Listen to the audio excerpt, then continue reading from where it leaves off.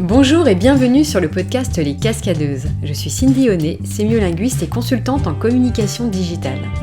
Dans cet épisode, j'ai le plaisir d'échanger avec Fatima Aït Bounoua, professeure de lettres, écrivain et chroniqueuse dans l'émission Les Grandes Gueules sur RMC. Exceptionnellement, cet enregistrement s'est déroulé à l'extérieur dans la brasserie La Rotonde à Paris. Vous entendrez donc l'ambiance vivante qui nous environnait.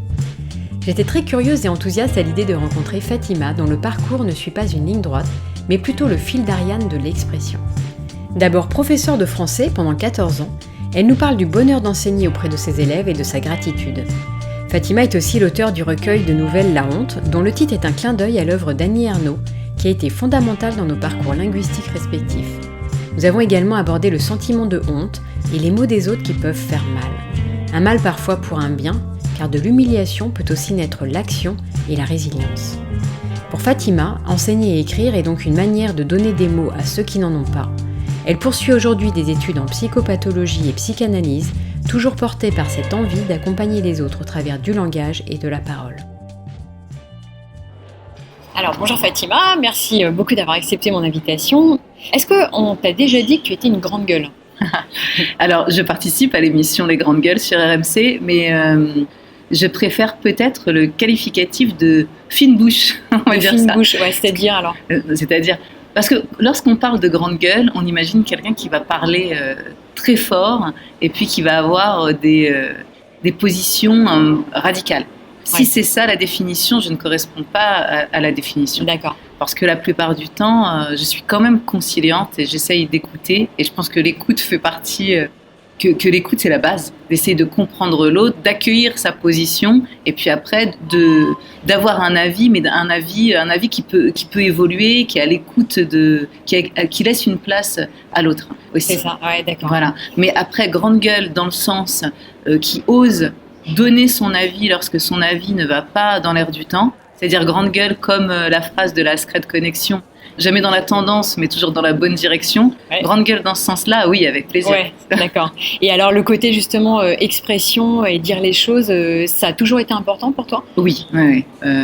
Pour moi, les mots, la langue, la volonté de mettre des mots sur ce qu'on ressent, c'est central.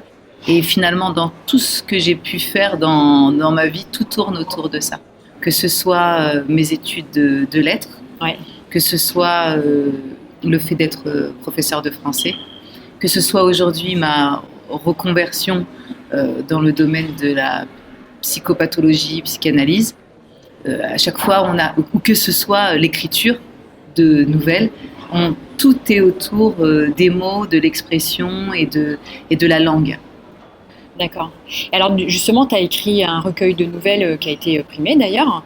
Tu as écrit sur la honte. Oui.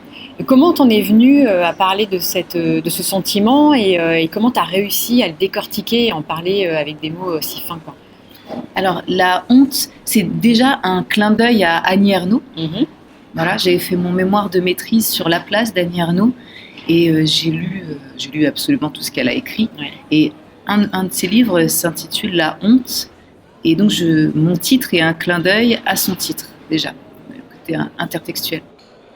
Et aussi, plus profondément, il y a une phrase qui dit, mais c'est Marx, mais le livre n'est pas marxiste, mais c'est l'idée que la honte est un sentiment révolutionnaire.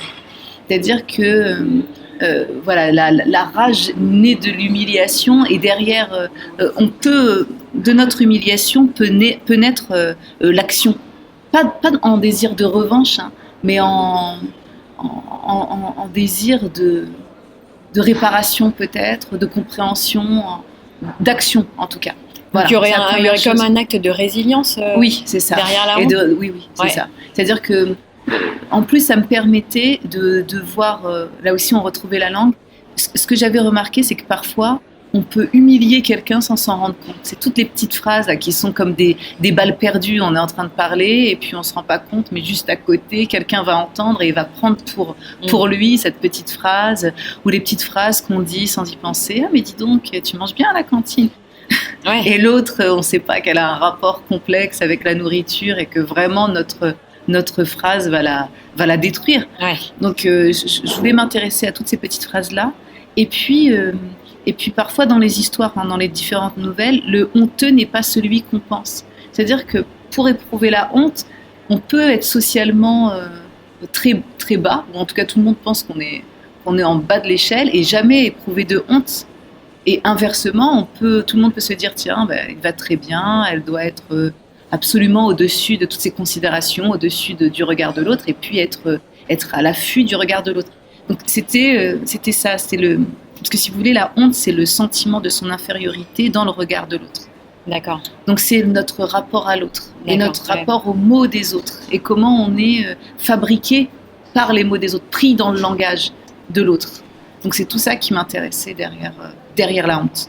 Oui, et effectivement, du coup, on entend, on voit le lien avec Annie Ernaux qui elle parle aussi de cette façon, la difficulté de s'exprimer, de trouver des mots, et puis de l'humiliation de ses parents. Voilà. Elle dit dans la place, elle cite. Alors je ne sais plus qui elle cite, mais c'est écrire, c'est le dernier recours quand on a trahi.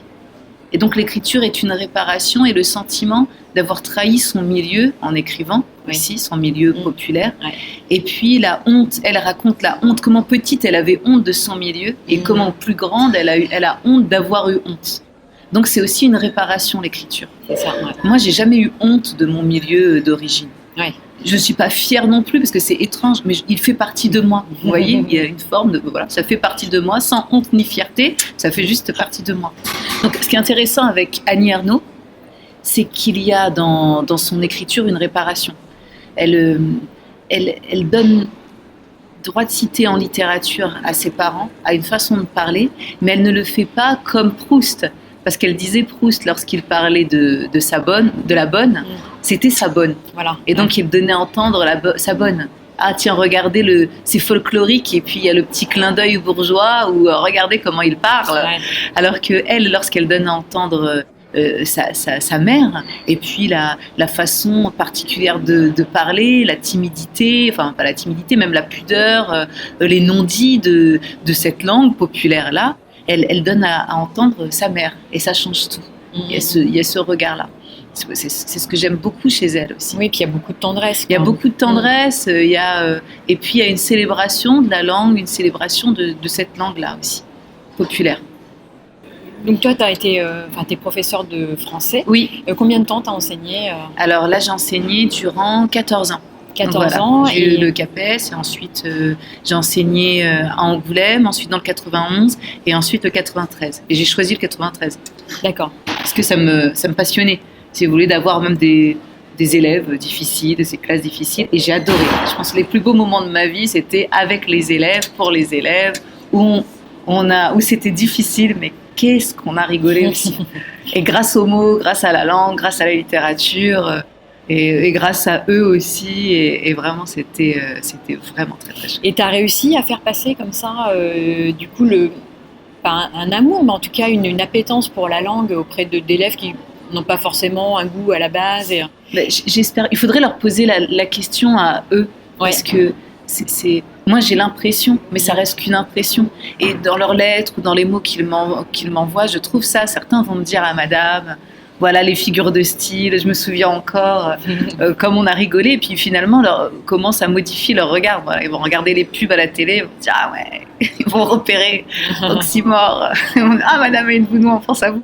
Non, il faudrait leur poser la question à eux, parce que. Mais ce qui est sûr, c'est que dans le métier de professeur, c'est un plaisir différé. C'est-à-dire que parfois, voilà, lorsqu'ils sont encore en 4e, en 3e, ils vont dire « Ah, madame, vous nous saoulez ». Et puis finalement, plus tard, ils vont dire « Ah, merci d'avoir insisté, merci Je pensais... » Enfin, certains sont surpris, certains se découvrent finalement. Oui, puis ça laisse une empreinte même après coup, et c'est là où ça résonne. Mais pas forcément grâce à moi, mais grâce à ma matière. Parce que vraiment, le français, c'est une matière géniale. Vraiment. Les mots, enfin l'outil, la littérature, c'est formidable parce que je leur parle d'eux. Donc je leur parle du sujet le plus passionnant qui soit. Des ados, tu leur parles d'eux, parce que quand on fait de la littérature, parce que des fois quand on dit prof de français, on a l'impression qu'on est la prof de dictionnaire ou de Becherel. Bien sûr, il y a la langue, il y a la structure de la langue, et c'est super important, l'orthographe, la syntaxe, mais il y a aussi les textes. Et c'est voilà, quand on parle de Cosette. Victor Hugo, lorsqu'il décrit Cosette et puis la maltraitance qu'elle subit, à chaque fois, mais chaque année, j'avais des petites qui après venaient me parler de leur propre, de ce qu'elles subissaient elles-mêmes, parce que les mots de Victor Hugo ça avait mis des mots sur leur propre souffrance. Puis il y a une universalité, une part d'humanité que on retrouve. Ouais, complètement. Et là, donc, tu as décidé de mettre en suspens pour l'instant, je suis en disponibilité. Je ne suis plus payée par l'Éducation nationale. Je suis en pause. Les élèves me manquent. L'Éducation nationale ne me manque pas. Les collègues aussi me manquent parce que j'avais des super collègues. Et j'ai repris mes études. Donc voilà, j'ai repris mes études. Je suis en Master 2 psychanalyse. Et puis, j'avais déjà commencé à reprendre en cours du soir dans une école privée aussi, en psychopathologie. Donc un double cursus, on va dire. Et dans l'idéal, j'aimerais être psychothérapeute, en tout cas avoir cette formation-là. Je ne sais pas encore sous quelle forme. Ça peut être la radio, ça peut être. J'adore les émissions d'écoute comme Macha à l'époque, Caroline Dublanche ou même Brigitte Lahaye. Mais encore quelque chose de nouveau, parce que je pense qu'il y a une demande. Et cette demande-là, en ce moment, que ce soit les jeunes adultes ou même les ados, finalement, une envie de parler, la peur d'aller voir un psy pour le moment, et puis une recherche dans les podcasts, dans les émissions de radio. Et j'aimerais répondre à cette demande-là. Mais je n'ai pas encore trouvé le lieu pour le faire. Mais pas sous forme de coach, parce que là, on trouve beaucoup de coachs, de gens qui s'improvisent coach aussi, ce qui peut être dangereux. Donc, j'aimerais trouver pour faire une proposition sérieuse à une demande qui est une demande très importante. Et puis, les gens, ils sont vulnérables, parce qu'on se met en vulnérabilité aussi quand on pose des questions sur soi, sur son couple, sur sa vie, sur son identité. Et puis, du coup, être vraiment dans cette phase d'écoute. Pour essayer de répondre. Et puis, parce que c'est vrai que là, on voit qu'il y a une vraie demande. Effectivement, comme tu dis, les gens sont... il y a pas mal de personnes qui cherchent en fait des repères, des réponses, parce qu'il y a une sorte de chaos. On ne sait plus bien où on en est. Et puis même sans parler de chaos, en tout cas, avant, il y avait une norme assez bien définie. Et puis là, on est dans des redéfinitions. On dit, voilà, chaque couple se réinvente. Et c'est plus compliqué. C'est sûr que c'était plus facile d'appliquer un schéma type. Donc maintenant, comme les gens se réinventent, comme ils ont envie d'être en adéquation avec eux-mêmes, voilà, ils trouvent des coachs qui disent, avec le côté « deviens la meilleure version de toi-même », un côté un peu slogan, mais c'est vrai, les gens ont envie d'aller à la conquête d'eux-mêmes, on va dire. C'est ça, exactement. Trouver une certaine liberté, retrouver une liberté. Tout à fait. Du coup, toi, ce qui fait le lien dans toutes tes activités, parce que t'es curieuse, t'as fait pas mal de choses, c'est vraiment l'expression, l'écoute, les mots. Le rapport à la langue. Et le rapport à la langue. Et à l'identité. C'est-à-dire, et comment la langue sauve, comment l'expression peut nous sauver déjà. Je ne sais pas si ça sauvera le monde, mais l'art et la langue, leur place dans le lien social et dans la reconquête de soi. Par exemple, et c'est pour ça que tout est en lien dans ce que je fais. Par exemple, récemment, on en parlait tout à l'heure, j'ai fait une apparition dans le film Mon frère, et j'y joue un professeur de français qui fait référence justement à un mythe qui est pas très connu, qui est le mythe de Philomèle, où effectivement c'est une jeune femme à qui on arrache la langue et qui va tisser pour parler, pour raconter son histoire et pour raconter son traumatisme, parce qu'elle a été violée. Et donc elle le raconte en tissant, parce que sa langue a été arrachée. Et je crois que dans tout ce que je fais, il y a ce désir de mettre des mots sur, donner des mots à ceux qui en ont pas, donner la parole à ceux qui ne l'ont pas, essayer de réconcilier avec la langue, les traumatisés de l'école aussi. C'est ça, il y a des personnes par exemple qui se disent je suis nulle, je suis mauvais en orthographe, j'aime pas le français. Je trouve ça terrible de dire ça, parce que c'est pas possible finalement. C'est pas possible de pas aimer sa langue, parce qu'on en a besoin aussi.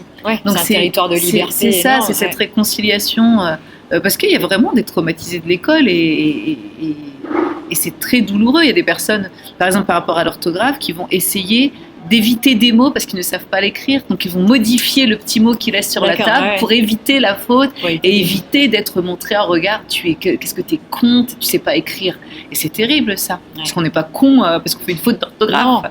Donc, il y a l'insécurité linguistique aussi, des gens qui n'osent pas parler, prendre la parole parce qu'ils estiment que leur langue n'est pas assez belle, pas assez normée.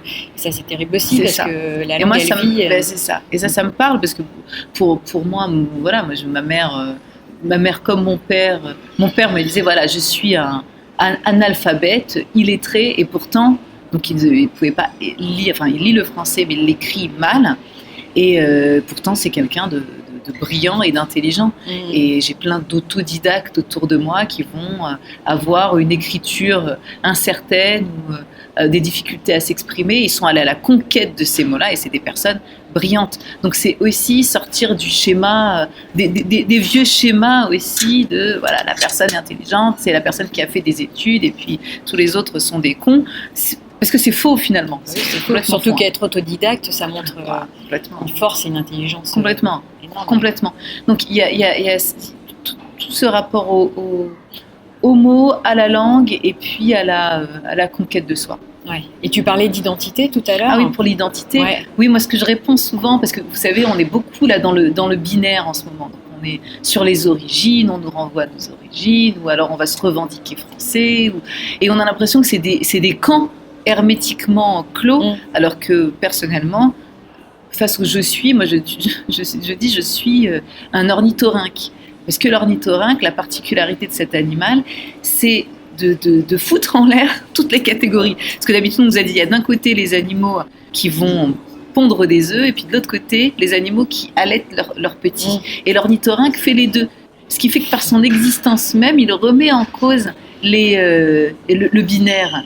Voilà, on n'est plus dans le binaire, on est dans la réflexion. Et je préfère cet animal-là à la réflexion qu'on nous dit, voilà, vous êtes le cul entre deux chaises. Moi, je me suis jamais senti le cul entre deux chaises, parce que c'est une non-place. Moi, je peux être sur une chaise et observer l'autre chaise, et ensuite changer et observer. C'est-à-dire que pour moi, le fait d'être d'origine marocaine et née en France, le fait d'être née à Poitiers et de vivre à Paris, le fait d'être...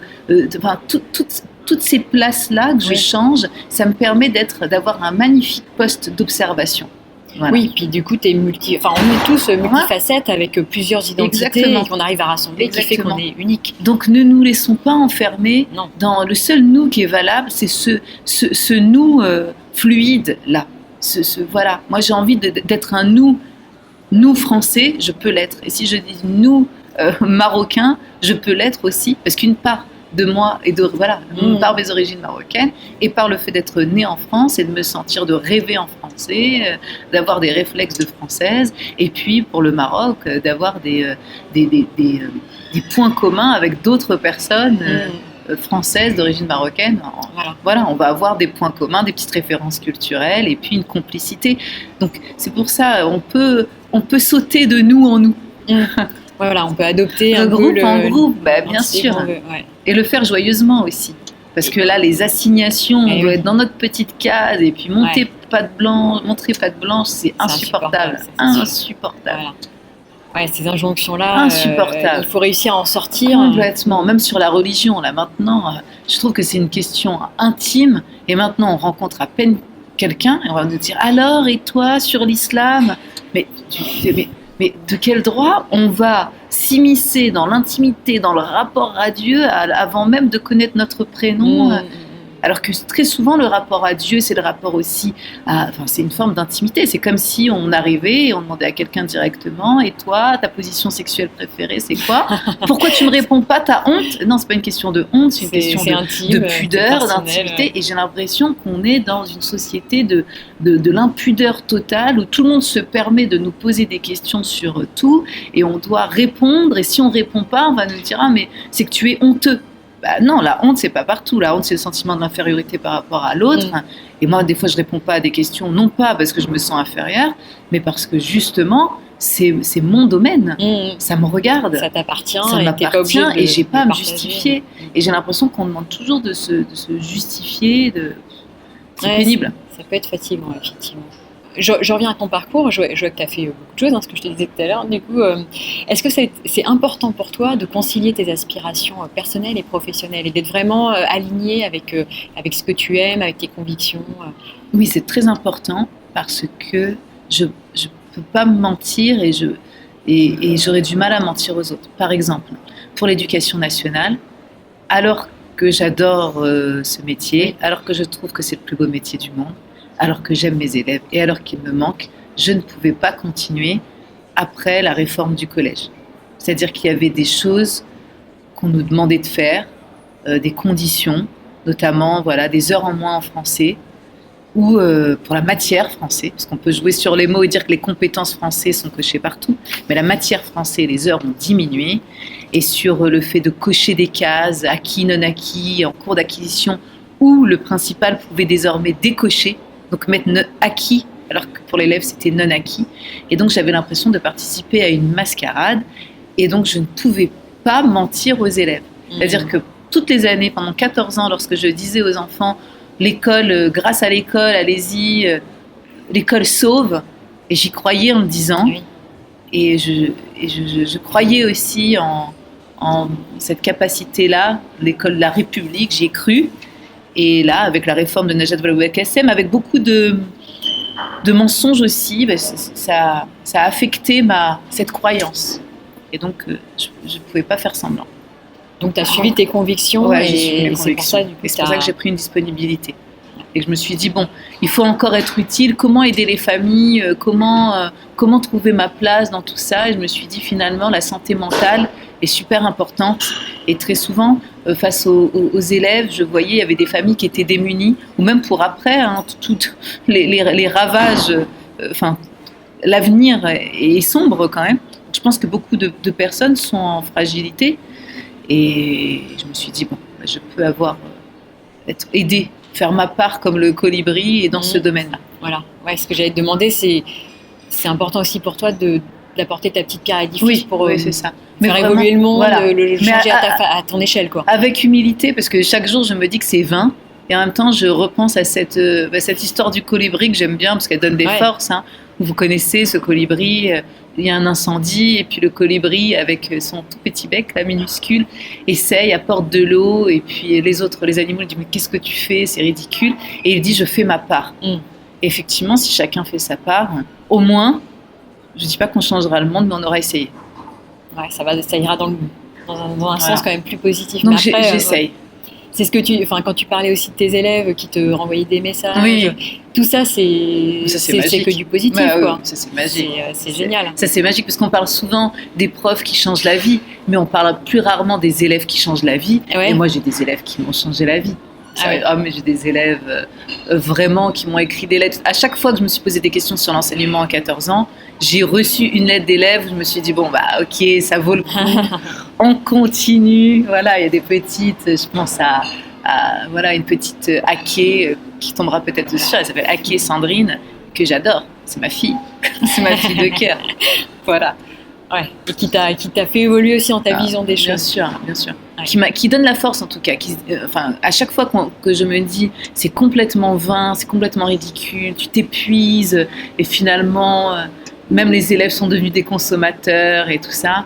Puis finalement tu as ces petites étoiles là, ces jeunes filles qui super courageuses. Voilà, elle, je pense à elle, qui est courageuse, qui est formidable, qui vaut la peine, qui vaut la peine qu'on fasse même 10 fois plus. Ouais. Et puis même les profs que j'ai eus moi-même, c'est-à-dire que aussi bien en prépa qu'avant, j'ai eu des profs qui faisaient bien plus que leur part, qui venaient. Moi, j'ai fait des cours de théâtre, j'habitais un peu loin, et la prof de français, qui était prof de théâtre, me raccompagnait chez moi. Elle faisait 30 km aller-retour pour me raccompagner. Donc quand on a eu des profs comme ça, on peut être qu'un prof comme ça. On est obligé parce que finalement, complètement. J'ai jamais eu l'impression de faire, j'ai eu l'impression de rendre.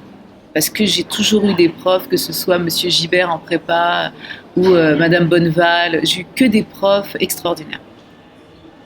Et qui t'ont justement transmis cette envie de transmettre à ton tour. Complètement, de rendre en fait. Et de rendre, ouais.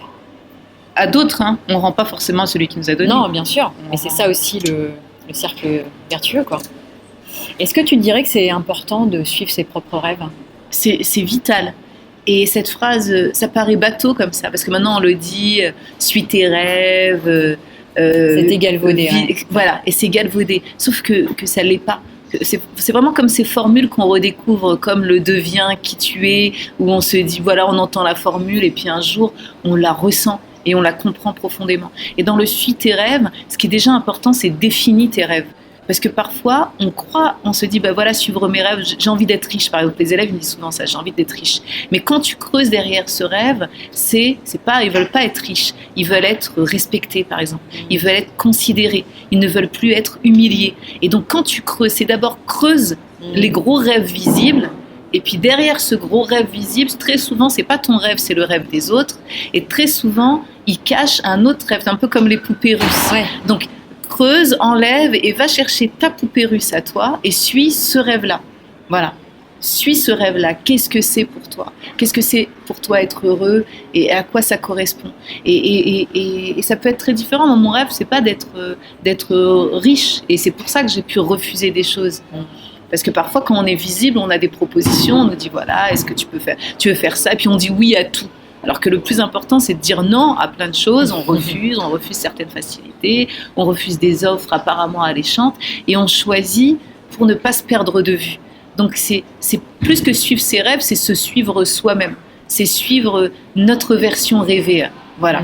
Et rester aligné avec ce qu'on veut être, avec ses valeurs, avec les valeurs de ses ancêtres aussi, être dans une continuité aussi. C'est surtout ça. Ouais. Et là encore, je crois que la langue, elle aide beaucoup à identifier ses rêves et justement, comme tu dis, faire ce travail d'affiner, de creuser, d'aller mettre des mots en fait sur ce qui nous fait vibrer vraiment pour les définir. Complètement. Bon, merci beaucoup Fatima. Merci c'est un vrai plaisir. Moi aussi. Merci. Et j'espère que cet épisode vous a plu. Si vous souhaitez en savoir plus sur les invités, les notions abordées et les références évoquées, n'hésitez pas à vous abonner à la newsletter sur le site internet lescascadeuses.fr. Et merci de mettre 5 étoiles sur votre plateforme d'écoute pour soutenir le podcast des Cascadeuses.